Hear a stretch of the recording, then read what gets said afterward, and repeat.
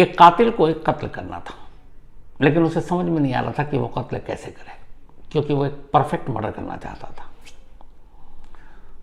उसने तमाम सीरियल्स देखे, नॉवेल पढ़े, OTT पे फिल्में देखी, वैसे फिल्में देखी, क्राइम के शोज देखे और एक लंबा वक्त रिसर्च करने में बिताया। जब ये सारी चीजें उसने देख ली तब उसे एक आइडिया आया। अब उस आइडिया पे काम करने के लिए उसके हर फेस की प्लानिंग करनी थी, A to Z। इसके लिए उसने बाकायदा स्क्रिप्ट लिखनी शुरू की, एक मर्डर की स्क्रिप्ट, एक परफेक्ट मर्डर की स्क्रिप्ट। और जब ये सब कुछ हो गया तो फिर उस परफेक्ट मर्डर को करने के लिए जो कुछ उसने किया, ये पूरी कहानी वही है। इस कहानी की शुरुआत होती है 6 नवंबर 2018 को। राजस्थान का सीकर इलाके के हाईवे के किनारे कुछ अनजान लोगों की नज़र एक लाश पर पड़ती है। पुलिस को कॉल किया जाता है, पुलिस पहुंचती है मौके पर, लाश को उठाती है, अस्पताल ले जाती है। अब लाश की हालत ऐसी थी कि पहली नज़र में ये एहसास हो गया था कि इसका कत्ल हुआ है, लेकिन कातिल तब ढूंढा जाए जब पहले मरने वाले का पता हो। अब पुलिस ने सारी कोशिश कर ली, उसके कपड़ों से कोई ID कार्ड नहीं, कोई ऐसा सबूत निशान नहीं जिससे उसकी शिनाख्त हो सके। पुलिस ने उसकी तस्वीरें निकाली, उसके बारे में जितनी जानकारी इधर उधर चाहिए थी कोशिश की जुटानी, पोस्टर निकाले, पैम्फलेट बंटवाए और लाश मुर्दा घर में रखवा दिया। उसके सारे सैंपल भी ले लिए, उसके विसरा, उसके DNA, सब कुछ, तस्वीरें, वीडियोग्राफी भी कर ली। और अब इंतजार कर रही है कि बस इस लाश को कोई पहचाने और उसके बाद कातिल तक पुलिस पहुंच पाए। लेकिन वक्त बीतता गया, न मरने वाले का पता चला और न ही मारने वाले का। धीरे धीरे 10 महीने बीत गए। 10 महीने तक वो जिसकी लाश मिली थी उसके बारे में कोई सुराग नहीं मिला था। अब धीरे धीरे सीकर पुलिस भी इस केस को भुला बैठी। उसे लगा पता नहीं कोई हाईवे से गुजर रहा हो, उसने लाश को फेंक दिया और यहाँ से निकल गया। न वो राजस्थान का होगा, ना आसपास के किसी और स्टेट का, क्योंकि राजस्थान के साथ साथ आसपास के कई स्टेट में भी पुलिस ने, जो बॉर्डर सरहद लगता है, वहाँ भी उसकी तस्वीरें भिजवाई, सारे थानों में भिजवाई, लेकिन किसी ने उसकी शिनाख्त नहीं की। तो जब लंबा वक्त बीता तो फिर ये था कि सारी उसकी निशानी, तस्वीरें, उसके जो DNA सैंपल, विसरा, ये सब तो रख लिया। मतलब आगे चलकर अगर कभी इस लाश की शिनाख्त हो सके तो उसके बारे में जानकारी जो भी चाहिए वो मिल जाएगी, लेकिन लाश आप कब तक रख सकते हैं। तो इसीलिए फिर पुलिस ने जब लगभग खुद से हार मान ली तो उन्होंने तय किया कि अब इस लाश का पोस्टमार्टम नहीं बल्कि अंतिम संस्कार करा देते हैं। और वही हुआ। पोस्टमार्टम पहले ही हो चुका था, तस्वीरें ली जा चुकी थी, DNA सैंपल पुलिस के पास मालखाने में। अब उस लाश का अंतिम संस्कार कर दिया गया। इसके बाद पुलिस इस केस को भूल गई और लगभग भुला ही बैठी थी, क्योंकि ये 6 नवंबर 2018 को लाश मिली थी। लगभग 10 महीने बीते थे और उसके बाद 8 सितंबर 2019,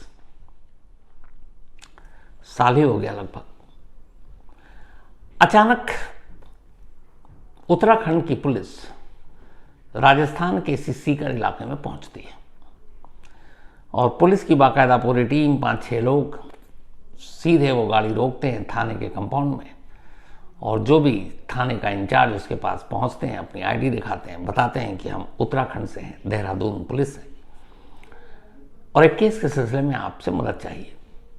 पूछा जाता है कि भाई बताइए कौन। तो एक तस्वीर निकालते हैं और वो तस्वीर सीकर पुलिस को दिखाते हैं, कहते हैं हमें इस शख्स की तलाश है। अब पुलिस उस तस्वीर को देखती है। तस्वीर देखते ही अचानक पुरानी यादें ताज़ा हो जाती हैं। चूंकि उसी सीकर पुलिस स्टेशन का ये केस था, उनमें से एक पुलिस वाला फौरन उस तस्वीर को देखकर पहचान जाता है और कहता है साहब इसे मैं जानता हूँ। देहरादून पुलिस भी खुश कि चलो जिसकी तलाश में वो देहरादून से चलकर राजस्थान सीकर तक पहुंची है वो उसे मिल गया। पूछती है कहाँ, तब वो एक फाइल का बंडल देहरादून पुलिस के सामने रख दिया जाता है और कहा जाता है कि आप जिसे ढूंढ रहे हैं बस अब वो इसी फाइल में है, क्योंकि इस दुनिया में भय नहीं। देहरादून पुलिस बड़ी हैरान होती है, पूछती है क्या हुआ। तब सीकर पुलिस बताती है कि करीब 10 महीने पहले हमें सीकर हाईवे के करीब एक लाश मिली थी और हमने उस लाश की शिनाख्त की बड़ी कोशिश की, आसपास के तमाम राज्यों में भी, यहाँ भी, लेकिन लंबे वक्त तक किसी ने उसकी पहचान की नहीं।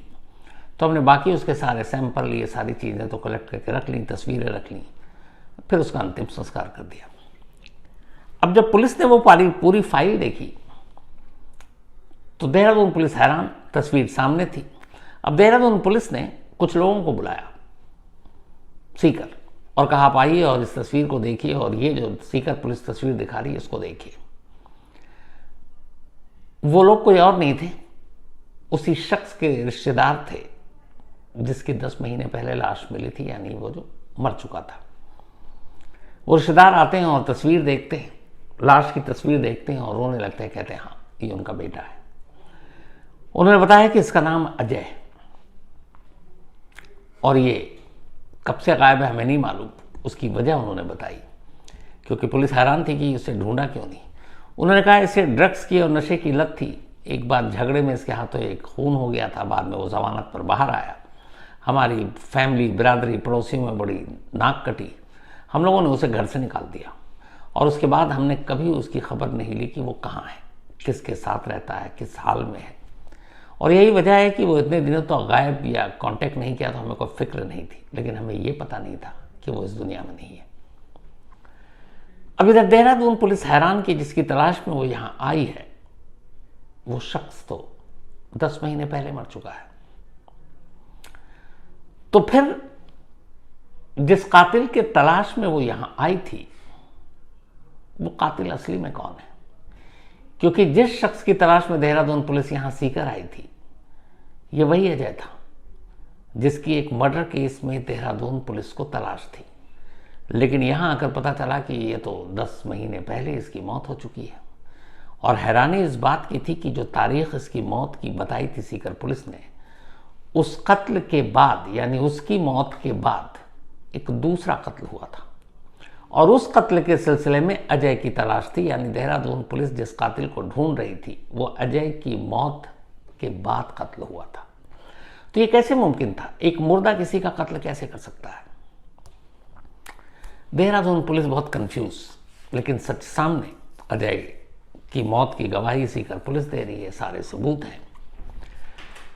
पुलिस वापस लौटती है देहरादून और देहरादून जाने के बाद अब नए सिरे से कत्ल की तफ्तीश शुरू करती है। और इसी कत्ल की तफ्तीश के दौरान एक ऐसी कहानी सामने आती है जिसके स्क्रिप्ट 10 महीने से लिखी जा रही थी।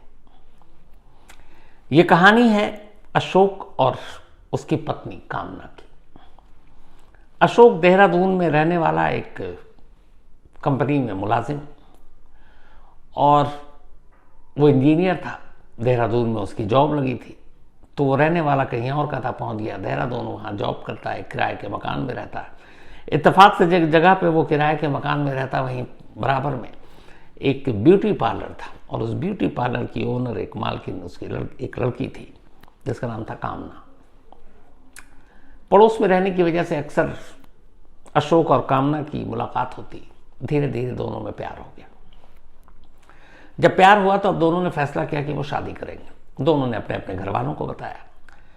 कामना के घर वालों की शर्त ये थी कि ठीक है, शादी से हमें कोई एतराज़ नहीं है, लेकिन तुम कोर्ट मैरिज करो, क्योंकि आजकल के लड़कों का पता नहीं, शादी करके छोड़ देते हैं। चूंकि अशोक कामना से प्यार करता था और कामना भी अशोक से, इसलिए ये भी शर्त मान ली गई और दोनों परिवार की रजामंदी से अशोक और कामना की शादी हो गई। शादी के बाद सब कुछ ठीक ठाक चल रहा था। इनकी एक बच्ची भी हुई। इधर इस शादी के दौरान में हुआ ये कि अशोक के एक बुआ का लड़का था और उसका नाम अजय। अजय ठीक ठाक लड़का, लेकिन फिर बीच में वो नशे वशे के लत में पड़ गया और उसी नशे के लत के पड़ने के चक्कर में एक झगड़े में उसके हाथों एक खून हो गया। अब उसके माथे पर कातिल का ठप्पा लग गया। वो जेल गया, लेकिन बेल हो गई और वो बाहर आ गया। घर वालों ने उसे निकाल दिया। अब वो सीधे आ गया देहरादून, क्योंकि अशोक और अजय एक दूसरे को बहुत मानते थे, कज़न थे दोनों, बुआ का बेटा तो कज़न हुए, तो बचपन से साथ पले बढ़े थे एक दूसरे से, तब कज़न भी थे, दोस्ती भी थी। तो अजय ने उसे सहारा दिया, उसने कहा तुम यहीं रहो, कोई इशू नहीं। इसके बाद धीरे धीरे वक्त गुजर रहा है। अब अजय की शादी हो गई। अजय की जब शादी हुई तो वो कामना के साथ रहने लगा, लेकिन उसने अजय के लिए एक अलग घर का इंतजाम कर रखा था, प्यार करता था। धीरे धीरे शादी के बाद अब ये हुआ कि कामना अपना बिजनेस फैलाना चाहती थी प्रॉपर्टी का, और इधर अब अजय को भी लगा कि, बल्कि अशोक को, कि वो भी कुछ अपना बिजनेस करे। इस चक्कर में इन लोगों ने कुछ लोन लिए, करीब अराउंड 70 लाख हो गए, 70 लाख रुपए। अब इनमें से ज़्यादा बड़ा हिस्सा लोन का था कामना के, जो ब्यूटी पार्लर के नाम पे उसने लिया। अब इस लोन लेने के बाद ही अशोक और कामना की जिंदगी में एक परिवर्तन आया। अशोक को पहली बार अब एहसास हुआ कि कामना का किसी और के साथ अफेयर है, और उसे शक था कि अफेयर किसी और के साथ नहीं, बल्कि जिस बैंक से उसने लोन लिया है उस बैंक का वो जो एजेंट जिसने लोन दिलाने में मदद की, वो अक्सर घर आता था लोन के सिलसिले में कागजात डॉक्यूमेंट्स चेक करने के लिए। तो अशोक के मन में ये बैठ गया, कई बार उसने बातें करते हुए देखा, कई बार फ़ोन पे, तो उसे लगा कि कामना और उससे लोन जिस बैंक ने दिया उसके एजेंट के बीच में कुछ है। अब इसी शक की वजह से पति पत्नी में झगड़ा होने लगा। कामना कहती ऐसा कुछ नहीं है, लेकिन अशोक के मन से वहम जाता नहीं। धीरे धीरे वक्त बीता। अब उसके अंदर लगा कि कामना झूठ बोल रही है, जिससे उसने प्यार किया वो उसे धोखा दे रही है। फिर उसने कहा क्या करें, तभी उसके दिमाग में आया क्यों ना कामना का कत्ल कर देते हैं। इसके साथ ही उसके मन में लालच भी आया। उसने कहा कि अगर कामना का कत्ल कर देते हैं तो एक तो बदला पूरा होगा कि उसने उसके साथ बेवफाई की, और दूसरा जो उसने 70 लाख के लोन ले रखे हैं उनमें से करीब 50 लाख के लोन तो कामना के नाम पर है। तो अगर कामना मर गई तो वो लोन तो कोई चुकाएगा नहीं, और वो सारी चीज़ें फिर उसकी हो जाएंगी। तो दोनों चीज़ें उसके दिमाग में घूम रही थी, लेकिन उसने सोचा कि कत्ल कैसे करें। वो पेशेवर क्रिमिनल भी नहीं था, कभी उसने कोई क्राइम नहीं किया, लेकिन नफरत इस कदर हो गई थी उसको अपनी पत्नी से कि वो बस उसको रास्ते से हटाना चाहता था। अब उसने सोचना शुरू किया, बहुत सारी फिल्में देखी, OTT पे सीरीज देखी, क्राइम के शोज देखे, क्राइम के नॉवेल पढ़े, मतलब जितना आइडिया जहाँ से ले सकता था लिया, और आखिरकार उसे एक आइडिया मिला, और उसी आइडिया पे अब उसने काम करना शुरू किया। अब इस आइडिया के तहत कामना का कत्ल करने के लिए या कत्ल करने से पहले उसे एक और काम करना था। एक ऐसा काम कि कामना का जब कत्ल हो जाए तो पुलिस उस कातिल को ढूंढे जो कातिल उससे बहुत दूर हो। उसने पूरी स्क्रिप्ट लिखी इस कत्ल की, हर स्टेज पे क्या होगा। जैसे मनी हाइस्ट आई थी, उसमें नेक्स्ट स्टेज में क्या क्या होगा, वो प्रोफेसर सब कुछ तैयारी करते थे। सेम ये इस तरह से ये अपने आप को एक प्रोफेसर के तौर पे ही मान के चल रहा था। तो उसने पूरी तैयारी की। अब इस तैयारी के दौरान ही अचानक एक कैरेक्टर उसके दिमाग में जो आया, जो पहला चेहरा सामने आया, उसका अपना कज़न, अपने बुआ का बेटा अजय। उसने कहा कि अजय तो अपने घर से निकाला हुआ है, माँ बाप उसकी खबर नहीं लेते, कोई और पूछता नहीं, क्योंकि उसके ऊपर एक माथे पर कातिल होने का ठप्पा लगा हुआ है, नशा भी करता है। तो अगर अजय को कल को कुछ हो जाता तो कोई पूछने वाला नहीं है। तो उसे अपने इस पूरी प्लानिंग का पहला किरदार, पहला कैरेक्टर अजय में दिखाई दिया। अब इसके बाद वो अजय के लिए पहले ही काफ़ी कर चुका था।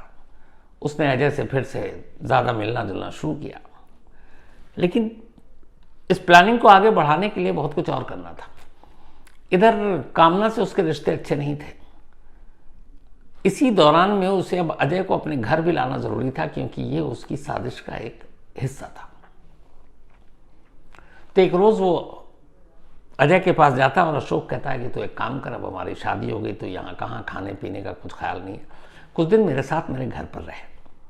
तो देहरादून में अजय को अपने साथ अपने घर पर ले आता है और कामना से कहता है कि अब वो यहीं रहेगा। इधर कामना और अशोक के बीच के रिश्ते वैसे ही खराब हैं, क्योंकि अशोक के मन में वहम है कि इसका कामना का कुछ अफेयर है। पति पत्नी में अक्सर झगड़ा होता है, लेकिन रहते दोनों एक ही छत के नीचे एक साथ, क्योंकि एक बेटी थी। तब वो अजय को ले आया। अजय के आने से कामना को गुस्सा आया कि आप अपने कज़न को यहाँ ले आए, इसके ऊपर ये इल्ज़ाम है। कोई भी फैमिली जिसके ऊपर एक दाग लगता है तो थोड़ा उससे दूर होती है। तो उसको लेके फिर इन दोनों में बहस हुई। अशोक ने कहा नहीं, ये तो यहीं रहेगा, और काफ़ी दिन तक रहा। लेकिन जब साजिश के अगले फेज को पूरा करना था, उससे पहले प्लानिंग के तहत उसने अजय को एक दिन पहले कहा कि अब तू चला जा, बीवी गुस्सा करती है, तू वापस वहीं रह, बाकी मैं तेरी देखभाल करूंगा। अब अजय चला गया और उसने अजय को भेजा 28 अगस्त नहीं बल्कि अगस्त के पहले हफ्ते में अजय को घर से भेज दिया। अब अजय चला गया उसी अपने घर पे। अब ये अगस्त 2019, अगस्त का महीना और 2019 का साल है, और अगस्त का दूसरा हफ्ता है। इत्तेफाक से इसी दूसरे हफ्ते में अशोक का बर्थडे पड़ता था, और ये सब कुछ उसने प्लानिंग स्क्रिप्टेड है। अब उसके बर्थडे की तारीख आई। उसने अजय से कहा कि आज मेरा बर्थडे है तो हम लोग पार्टी करते हैं। उसने अपने 3 और दोस्तों को बुलाया अशोक ने, और कहा आज बर्थडे की पार्टी है। तो 3 दोस्त अशोक और अजय 5 लोग बैठकर अब एक पार्टी कर रहे हैं। पार्टी करते करते रात में अशोक कहता है अजय से कि तू बहुत इधर उधर भटक लिया, मुझे भी बुरा लग रहा है, मेरी बीवी ने घर से तुझे बाहर कर दिया, तू यहाँ रहता है। मैंने तेरे लिए एक नौकरी ढूंढी है और मैंने बात कर ली है, राजस्थान में वो नौकरी है, सीकर में। तो सारी बात हो गई, तू चला जा और 2 दिन बाद तू नौकरी ज्वाइन कर ले, सैलरी वैलरी सब मैंने कर ली, अच्छा है, और तुझे पसंद नहीं आया तो मुझे बताना, फिर वापस बुला लूँगा। इधर अजय भी कई बार नौकरी तलाश रहा था, लेकिन उसके पुराने पाप को देखते हुए कोई नौकरी दे नहीं रहा था, क्योंकि एक तो बेल आउट था। तो बहुत खुश हुआ कि चलो उसका कज़न उसके बारे में इतना सोच रहा है। तो उसने कहा काम कर, तू आज ही रात पार्टी ख़त्म करते हैं और तू राजस्थान के लिए निकल ले, और ये हमारे दोस्त हैं, ये भी राजस्थान की तरफ जा रहे हैं, तो ये तुझे ड्रॉप कर देंगे। अजय को और क्या चाहिए। अब अजय गाड़ी में बैठता है अशोक के 3 दोस्तों के साथ। गाड़ी चल पड़ती है देहरादून से, और ये गाड़ी पहुंचती है फिर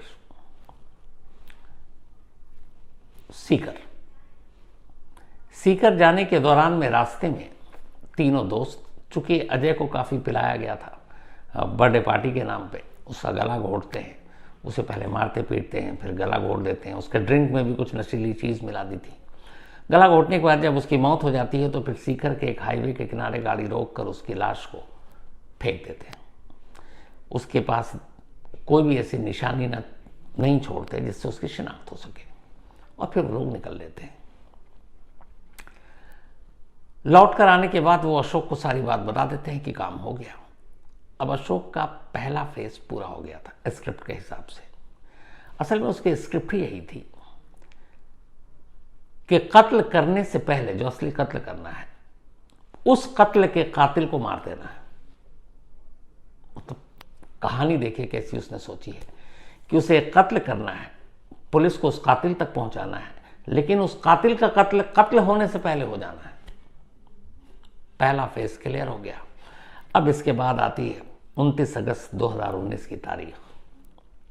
जैसे ही पता चला कि अजय का काम हो गया, अब रात 11:30 बजे अचानक देहरादून की एक कॉलोनी से पुलिस कंट्रोल रूम में फ़ोन जाता है कि एक घर में शूट आउट हुआ है। पुलिस की टीम पहुंचती है, जाती है तो देखती है कि बेड पर एक महिला पड़ी, उसके सर में गोली लगी है, उसकी मौत हो चुकी है, उसके बराबर में एक बच्ची लेटी हुई है। वो महिला कामना थी, उसके सर में गोली मारी गई। पुलिस फौरन देखती है दूसरे कमरे में अशोक, उसके पेट के करीब से गोली निकल चुकी थी, बट ऐसी नहीं लगी थी कि जान को खतरा हो, लेकिन गोली उसे भी लगी थी। पुलिस तफ्तीश शुरू करती है, पूछताछ होता है। कामना तो मर चुकी, बच्ची गवाही दे नहीं सकती, ले दे के विटनेस एक ही अशोक कहानी सुनाता है। वो कहता है कि रात 11:30 बजे का वक्त था, हम लोग खाना खाकर लगभग सोने जा रहे थे, तभी मेरा कज़न अजय घर में आ गया, और वो इस बात पे गुस्से में था कि मेरी बीवी ने उसे घर से निकाल दिया था। वो यहीं रह रहा था, और अभी कुछ दिन पहले मेरी बीवी को पसंद नहीं था कि उसके ऊपर एक कत्ल का इल्ज़ाम हो, वो यहाँ रहे, तो उसने उसको बेइज्जत करके निकाल दिया। तो वो आया था बेइज्जती का बदला लेने के लिए। उसने कहा कि भाभी तुमने मुझे क्यों निकाला, मैं तुम्हें छोड़ूंगा नहीं, और उसने गोली चला दी। मैं तब तक किचन में था, मैं सुनकर गोली की आवाज़ बाहर आया, तब तक उसने दूसरी गोली चलाई। मैं झुका, गोली लगी, उसके बाद मुझे कुछ याद नहीं। ये बयान दे दिया। अब पुलिस ने इस बयान की तफ्तीश शुरू की। चूंकि एक शख्स को गोली लगी, अब अशोक हॉस्पिटल में एडमिट है, पत्नी का कत्ल हो चुका है, पूरा मोहल्ला अफसोस कर रहा है। फिर इनकी प्रेम कहानी सामने आई। पुलिस ने इन्वेस्टिगेशन शुरू की तो फिर पता चला कि हाँ, यहाँ काफ़ी वक्त से अजय साथ रह रहा था। फिर ये भी पता चला कामना के घर वालों से कि कामना को ये बुरा लगता था कि अजय उसके घर में क्यों रह रहा है, उसके ऊपर एक कत्ल का इल्ज़ाम है। और अशोक को ये शक था कि इसका किसी एजेंट से अफेयर है। तो पुलिस को सारी चीज़ें में लगा कि कहानी बिल्कुल सही है। अब पुलिस की नज़र में भी अजय ही कातिल था कामना का, और अजय ने ही अशोक पे गोली चलाई। अब देहरादून पुलिस अजय की तलाश शुरू कर देती है, लेकिन जहाँ जाए नाकामी हाथ लगे। अजय का कोई सुराग ही नहीं। पता चला जब से घर से निकाला है उसके बाद से अजय का कोई पता नहीं। कई हफ्ते बीत गए, पुलिस को समझ ही में नहीं आ रहा कि वो अचानक गायब कहाँ हुआ। मोबाइल भी यूज़ करता है, वो भी स्विच ऑफ है। फिर धीरे धीरे पुलिस को एहसास हुआ कि इस घर के अंदर ही कुछ सच छुपा हुआ है, और शायद वो अजय को गलत ढूंढ रहे हैं, उन्हें भटकाया जा रहा है, कुछ और दिखाया जा रहा है। अब पुलिस वालों का दिमाग चला तो उन्होंने कहा कि चलो एक काम करते हैं, तफ्तीश शुरू करते हैं असली वाली।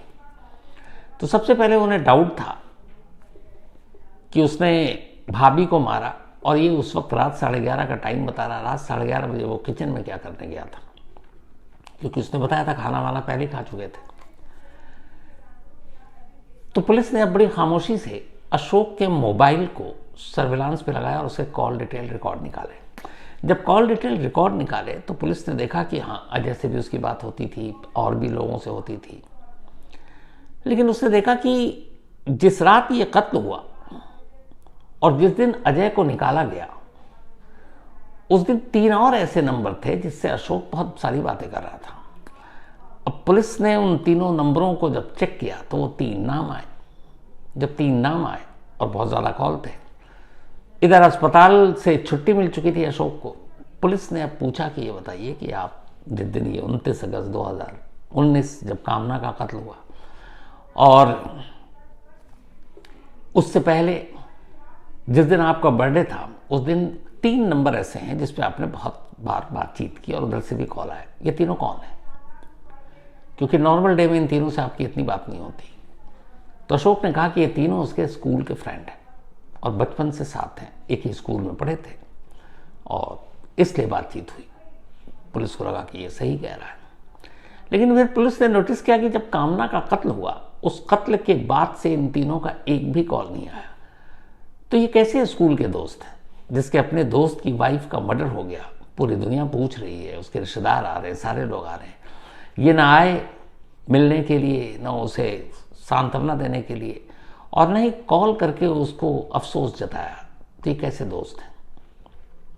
यहाँ से पुलिस का शक अशोक पे गहरा है। इसके बाद पुलिस ने अब सीधे उन 3 नंबरों को सर्विलांस पे लगाया। उन 3 में से 2 दोस्तों को उठाया। दोनों को उठाकर उन्होंने उसके साथ खेल खेला कि तुम्हारा भांडा फूट गया। अशोक ने सब सच बता दिया। वो गलतफहमी में थे, उन्होंने फ़ौरन मुंह खोल दिया। उन्होंने कहा साहब हमने कुछ नहीं किया, जो भी किया अशोक ने किया, उसने हमें कहा था अजय का कत्ल करने के लिए। अब पुलिस फिर से देहरादून वाली शॉक्ड कि वो कामना के मर्डर के पूछताछ करने के लिए आए। वो कह रहा हमने कुछ नहीं किया, अजय का मर्डर उसने किया। तो उसने कहा अजय कौन? तो उसने कहा वही जिसका FIR में नाम है, कामना के कातिल के तौर पर। तो बोला कातिल के तौर पर मतलब वो कहाँ है? पता चला कि वो तो कामना के मर्डर से पहले ही उसका मर्डर हो चुका है।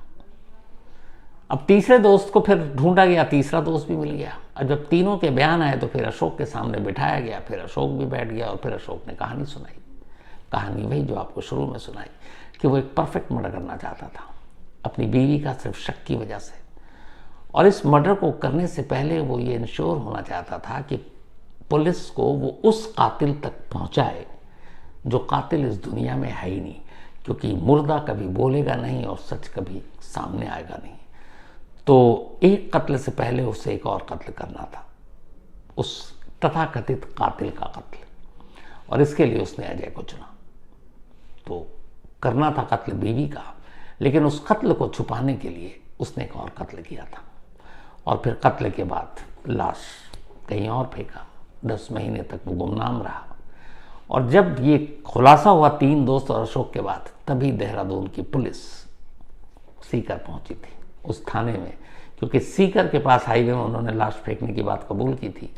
तो उस हाईवे का जो थाना लगता था, उस थाने का नाम इन्हें पता था, और देहरादून पुलिस उस थाने में पहुंचकर उस अजय की तलाश करती है। और तब कहानी सामने आती कि वो तीनों सच कह रहे थे। अजय को तो 10 महीने पहले ही मार डाला था।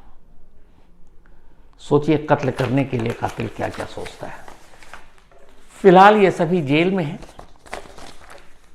ट्रायल अभी चालू है, मुकदमे का फैसला अभी आया नहीं, कभी आएगा तो अपडेट जरूर दूंगा।